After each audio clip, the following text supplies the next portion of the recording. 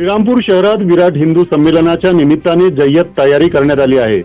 शहरातील छत्रपती शिवाजी महाराज चौकात आकर्षक स्वागत कमानी उभारण्यात आल्या असून संपूर्ण शहर भगवामय वातावरणात न्हावून निघाले आहे। विराट हिंदू संमेलन समितीकडून सत्ते मैदान येथे भव्य असे सभापीठ उभारण्यात आले असून उपस्थित राहणाऱ्या हिंदू बंधू भगिनींसाठी प्रशस्त बैठक व्यवस्थाही करण्यात आली आहे। अखंड हिंदू समाजाच्या वतीने आयोजित या विराट हिंदू संमेलनाला मोठ्या संख्येने उपस्थित राहण्याचे आवाहन संमेलन समितीचे अध्यक्ष बाळासाहेब काळे यांनी केले आहे।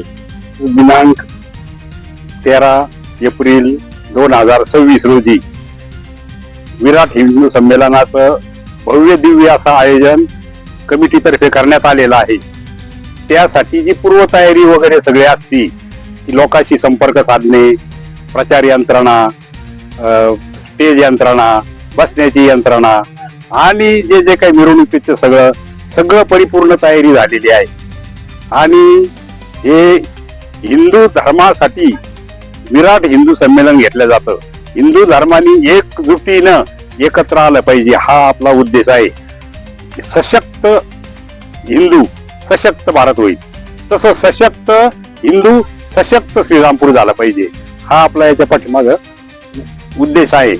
तरी आज या सगळ्या पूर्ण कार्यक्रमाला, मिरवणुकीला व कार्यक्रम स्थळी मार्गदर्शन होणार आहे।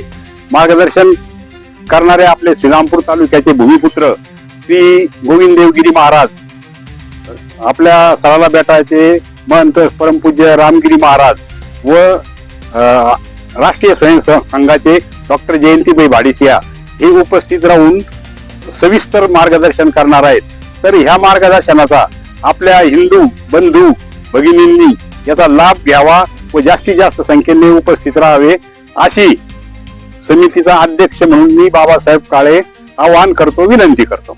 याविषयीचा भीम प्रहार न्यूज मराठीने घेतलेला आढावा।